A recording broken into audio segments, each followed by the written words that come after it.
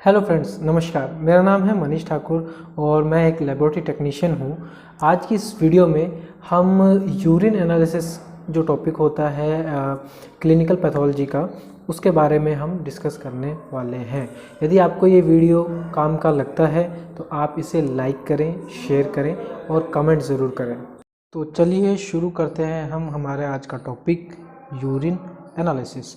तो urine analysis के बारे में मैं आपको थोड़ा सा ब्रीफ कर देता हूँ। यूरिन एनालिसिस जो है वो ओल्डेस्ट डायग्नोस्टिक टेस्ट है, मतलब पुराने टाइम में भी से चले आ रहा सबसे पुराने टेस्ट में से एक है। ओल्डेस्ट लेबोरेटरी प्रोसीजर है यूरिन एनालिसिस। इसका यूज़ हम डायग्नोस्टिक पर्पस के लिए करते हैं। डायग्नोस्टिक में भी मेजरली जो है ये किडनी से रिलेटेड डिजीज़ में काम आता है, और यूरिनरी ट्रैक का किसी तरह का इन्फेक्शन हो, कोई बैक्टीरियल इन्फेक्शन हो तो उसको डायग्नोस करने के लिए काम में लिया जाता है यूरिन एनालिसिस। सबसे कॉमन टेस्ट है, लगभग सभी लैब में ये टेस्ट लगाए जाते हैं।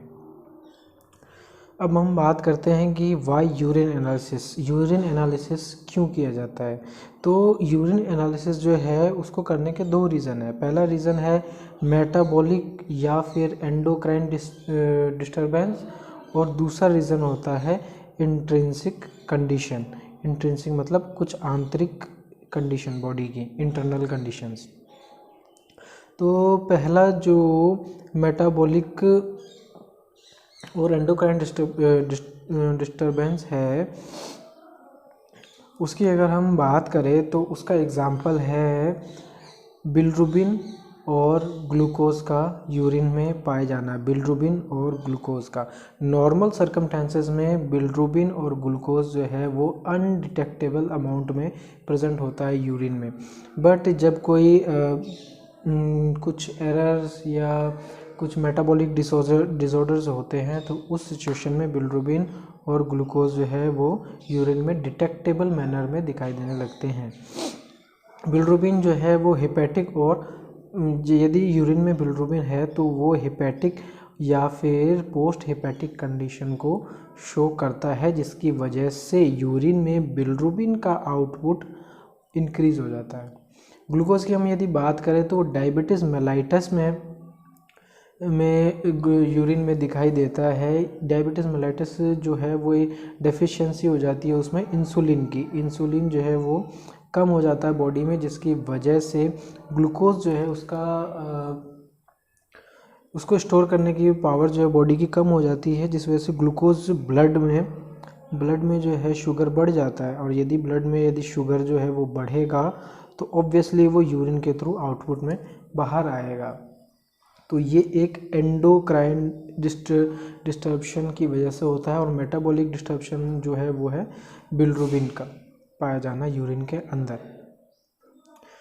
दूसरी जो कंडीशन होती है वो होता है यूरिनरी ट्रैक या फिर kidney affecting intrinsic factor. Urinary track में किसी तरह का इन्फेक्शन हो या किडनी में कुछ भी इन्फेक्शन हो, जैसे कि उनके बॉडी में पाए जाने वाला सब्सटेंस, जैसे कि ल्यूकोसाइट जो है वो यूरिन में नहीं पाया जाता या फिर अनडिटेक्टेबल अमाउंट में पाया जाता है। बट यदि किसी तरह का बैक्टीरियल इन्फेक्शन या किसी अदर इन्फेक्शन में ल्यूकोसाइट जो है वो यूरिन में पाया जाने लगता है। रेड ब्लड सेल्स, ये भी कोई पैथोलॉजिकल कंडीशन होने पर ही रेड ब्लड सेल्स यूरिन में पाए जाते हैं। यूरिनरी ट्रैक की सेल्स, नॉर्मल तो यूरिनरी ट्रैक की सेल्स जो है वो एपिथेलियल सेल्स और पस सेल्स के नाम से जानी जाती है। वो कुछ एक मात्रा में लगभग 4 से 5 प्रेजेंट होती हैं।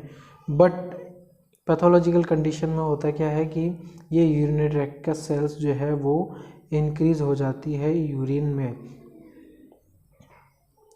चौथी कंडीशन है कास्ट जो होता है वो यूरिन में पाए जाने लगे, जो कि एक पैथोलॉजिकल कंडीशन है। इसके बाद हम बात करते हैं वॉल्यूम की, कि मतलब वॉल्यूम जो है वो कितना होता है 24 आवर्स में यूरिन का। तो यूरिन जो है वो 24 आवर्स में लगभग, यदि हम एक एवरेज देखें तो 600 ml से 2000 ml के बीच में होता है। बट यदि हम एक एवरेज की बात करें तो average urine output from body in 24 hours 1200 millilitre होता है। कंडीशन जो है वो यूरिन एक्सक्रीशन से जो रिलेटेड है, उन कंडीशन के बारे में हम थोड़ा सा डिस्कस कर लेते हैं। पहली कंडीशन है पॉलीयूरिया। पॉली जैसा कि नाम से पता चल रहा है, पॉली मतलब ज़्यादा। इसमें क्या होता है, greater than 2000 ml urine output जो है वो बॉडी से 2000 मिलीलीटर से ज़्यादा होने लगता है, तो इस कंडीशन को पॉलीयूरिया कहते हैं। तो इस तरह की कंडीशन कब आती है, जब पेशेंट को डायबिटीज़ इंसिपिडस या फिर डायबिटीज़ मेलाइटस की कंडीशन हो। सेकंड जो कंडीशन है वो है ओलिगोयूरिया। ओलिगोयूरिया में होता क्या है कि यूरिन आउटपुट जो है वो 500 मिलीलीटर से भी कम हो जाता है, जबकि हमने एवरेज की बात करी थी जो कि 600 से 2000 मिलीलीटर तक होता है। बट ओलिगोयूरिया में ये वो यूरिन का जो आउटपुट है वो 500 मिलीलीटर से भी कम चला जाता है। ये तब होता है जब पेशेंट शॉक की कंडीशन में हो या एक्यूट नेफ्राइटिस हो, मतलब नेफ्राइटिस या नेफ्रॉन का इन्फेक्शन हो एक्यूट कंडीशन में। ऐसे सिचुएशन में यूरिन का आउटपुट 500 मिलीलीटर से भी कम हो जाता है। तीसरी कंडीशन है एन्यूरिया। एन्यूरिया क्या होता है, suppression of urine formation. Urine formation जो है वो पूरी तरह से बंद हो जाता है। यूरिन फॉर्मेशन पूरी तरह से बंद हो जाता है। ये कब होगा, ये होता है रीनल फेलियर, मतलब जब किडनी फेल हो जाती है, ऐसी कंडीशन में यूरिन सप्रेशन पूरी तरह से बंद हो जाता है। यूरिन फॉर्मेशन जब बंद हो जाता है तो इस कंडीशन को एन्यूरिया कहा जाता है। अब हम बात करते हैं यूरिन एनालिसिस में स्पेसिमेन जो है वो किस तरह के होते हैं और कौन कौन से यूज़ में लिए जाते हैं। स्पेसिमेन की हम यदि बात करें तो इसमें स्पेसिमेन होगा यूरिन, ठीक है। यूरिन स्पेसिमेन के तौर पे लिया जाएगा। यूरिन को एक यूनिवर्सल कंटेनर में कलेक्ट किया जाता है, जिसके ऊपर पेशेंट का नाम, एज और बाकी सारी डिटेल्स लिख के फिर यूरिन को स्टोर किया जाता है। यदि हम बात करें यूरिन स्पेसिमेन की, तो उसमें भी कई तरह के टाइप होते हैं। यूरिन स्पेसिमेन के कई तरह के टाइप होते हैं। तो पहला टाइप है यूरिन स्पेसिमेन का, वो है रैंडम, जिसमें कुछ भी स्पेसिफिक नहीं होता, जस्ट एक अपन कलेक्ट कर लेते हैं यूरिन को। सेकंड टाइप होता है फर्स्ट मॉर्निंग यूरिन। जब पेशेंट सुबह सुबह उठता है तो उसका जो फर्स्ट मॉर्निंग का जो यूरिन होता है उसको कलेक्ट किया जाता है। तो ये फर्स्ट मॉर्निंग यूरिन है वो प्रेगनेंसी के लिए और माइक्रोस्कोपिक एग्जामिनेशन के लिए कलेक्ट किया जाता है। थर्ड जो यूरिन का स्पेसिमेन का टाइप होता है वो होता है clean catch mid stream urine. Clean catch mid stream urine जो होता है उसका यूज़ यूरिन को कल्चर करने के लिए किया जाता है। ये माइक्रोस्कोपिक एग्जामिनेशन और यूरिन के कल्चर के लिए यूज़ में ले जाने वाला स्पेसिमेन का टाइप होता है। फोर्थ होता है 24 आवर्स यूरिन। 24 आवर्स यूरिन में जो भी किडनी से रिलेटेड डिजीज़ में के जो पेशेंट है उनमें 24 आवर्स का यूरिन जो है वो कलेक्ट किया जाता है और उसमें जो भी सब्सटेंसेस होते हैं छोटे मोटे, जैसे कि यूरिया, क्रेटिनिन, यूरिक एसिड वगैरह, सबको क्वालिटेटिव और क्वांटिटेटिव उनका एनालिसिस किया जाता है। साथ ही 24 आवर में यूरिन का जो आउटपुट है उसको देखा जाता है कि 24 आवर में कितना यूरिन फॉर्मेशन हो रहा है पेशेंट में। ये जनरली किडनी से रिलेटेड जो भी डिजीज़ होती है उनमें किया जाता है। फिफ्थ टाइप का यूरिन का स्पेसिमेन होता है सुप्रा प्यूबिक एस्पिरेट। इसमें क्या किया जाता है, नीडल के थ्रू, इस नीडल का इस्तेमाल करके स्टेराइल यूरिन को यूरिनरी ब्लैडर से डायरेक्ट कलेक्ट किया जाता है। इससे कंटामिनेशन के चांसेस बिल्कुल ज़ीरो हो जाते हैं, इसलिए हमें यहाँ पे स्टेराइल यूरिन मिलता है।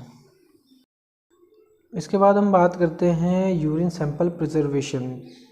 सैंपल प्रिजर्वेशन करने की या प्रिजर्व करने की ज़रूरत तब आती है जब हमें ऐसा लगे कि यूरिन जो है या सैंपल जो है उसको टेस्ट करने में या उसका एनालिसिस करने में हमें कुछ टाइम लगेगा।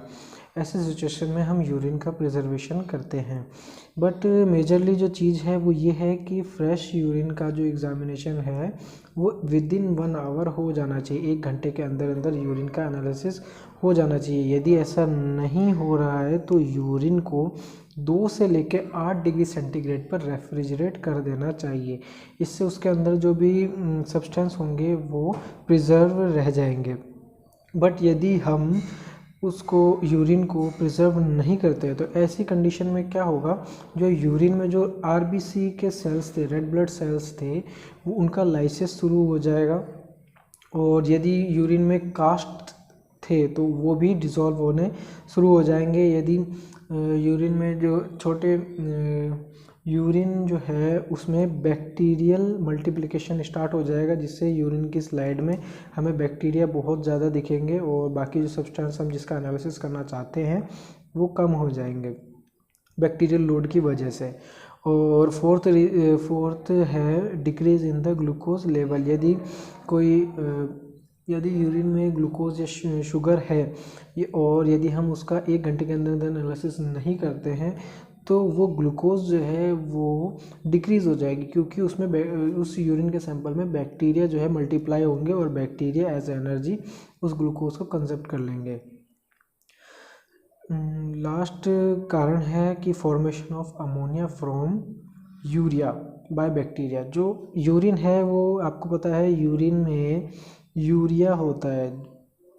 इस यूरिया को कुछ एनवायरमेंटल बैक्टीरिया जो है वो कन्वर्ट कर देते हैं अमोनिया में। यदि हम ज़्यादा देर तक यूरिन को रखेंगे तो वो यूरिया जो है वो अमोनिया में कन्वर्ट हो जाएगी। जो अमोनिया कन्वर्ट होने की वजह से जो यूरिन का जो नेचर है वो एसिडिक से अल्कलाइन हो जाएगा। इन सब कारणों की वजह से हमको यूरिन के सैंपल को प्रिजर्व करके रखना पड़ता है।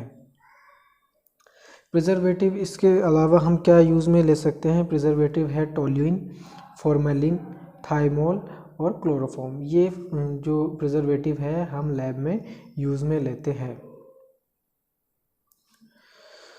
इसके बाद हम बात करते हैं यूरिन एनालिसिस के स्टेप। यूरिन एनालिसिस जो है वो मेजरली 3 स्टेप में होता है। पहला स्टेप है फिज़िकल एग्जामिनेशन, दूसरा स्टेप है केमिकल एग्जामिनेशन और तीसरा स्टेप है माइक्रोस्कोपिक एग्जामिनेशन।